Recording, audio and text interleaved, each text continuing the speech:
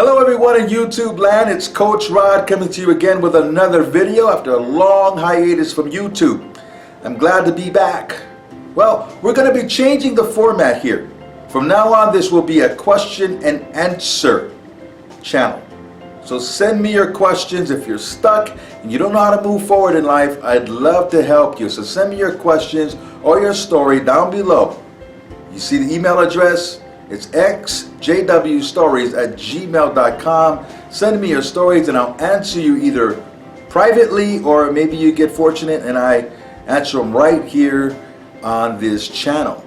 Well, let's get to it today. Hopefully everybody learns from me answering different people's questions. Today we start with Lydia. Lydia is out in the land down under. She's from Australia. Her question is, how do you deal with your family saying you broke this household up?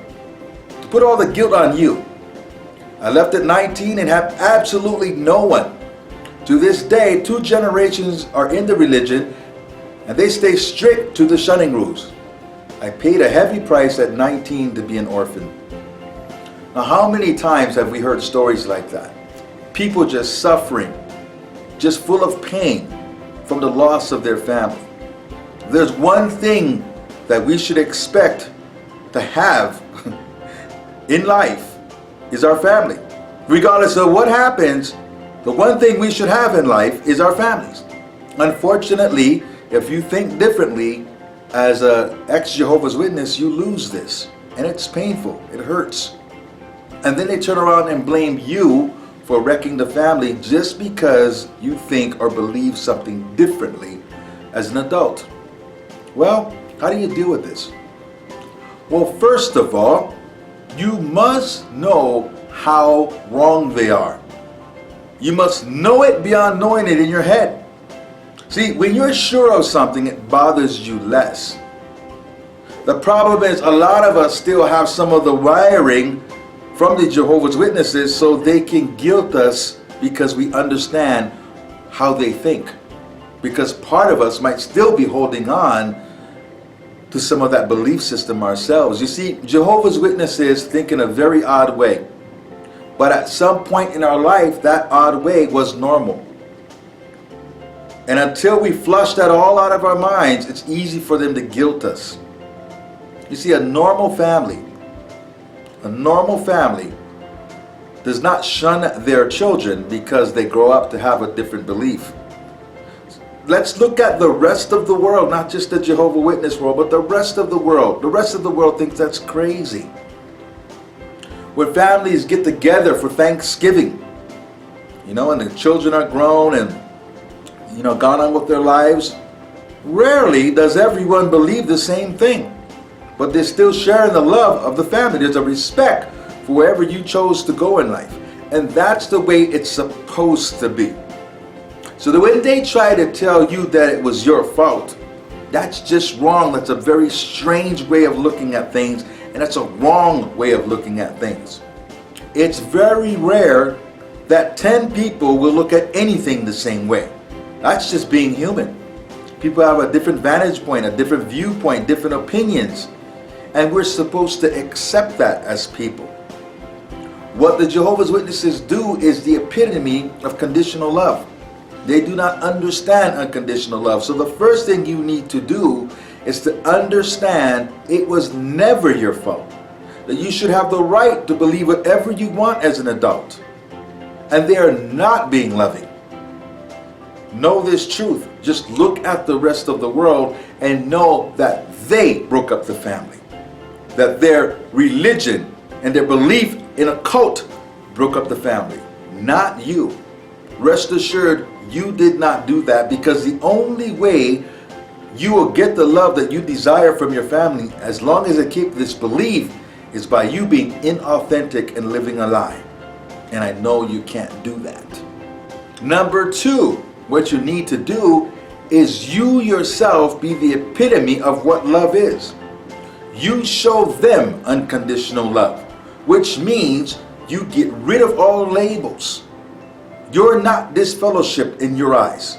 Okay, because you're not in the religion, why would you be disfellowshipped or disassociated or whatever label they want to give you? You're not. You're just you. They can use that label Don't use that label on yourself. Now you pick a couple of days a year where you write your mom and you write your dad and you write your loved ones a nice letter, maybe even send them something, but make sure you do it without any expectation of getting anything back. They might not even read it. But do your part and be what they are not. Pick out 2 days a year and put them in your calendar right now. Get a reminder that you're going to send them a letter, a card, something that updates them on your life. You're going to be very loving. You're going to show that you care about them still. And you're going to write it in a way where you're not begging for anything from them. You're not even begging for a response. But you're doing it because it's the right thing to do. You're being what they're supposed to be and they're not. You're being someone who understands what unconditional love is. You must understand that your family is trapped in a cult and they're mind controlled. Understand that under that shell that they love you still. And when you drip on them and you drip on them and you drip on them with your kindness, regardless if they respond or not, you're like a drip of water on a stone. And if a water keeps dripping on a stone, a giant hole will come to be in that stone. And that's what you need to be like. Too many of us are respecting their rules. If you're not into religion, then why are we respecting their rules? See, love does not have to honor something that's not loving.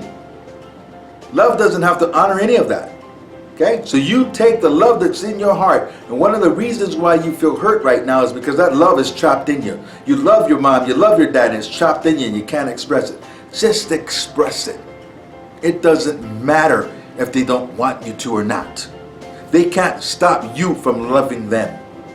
And you just keep on pounding away at it. Keep dripping on them until they begin to cave. Now they may or may not, but you keep doing your part anyway.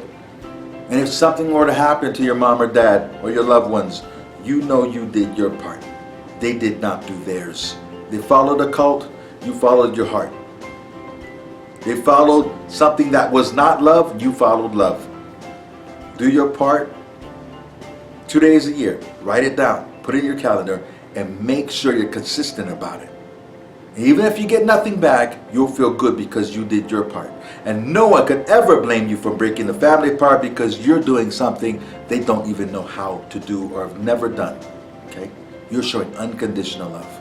So that is going to do it for today's question.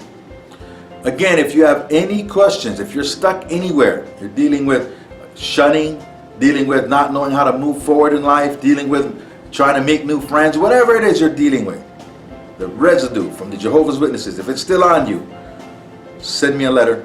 I'll get you an answer. Take care, and we'll see you on the next video.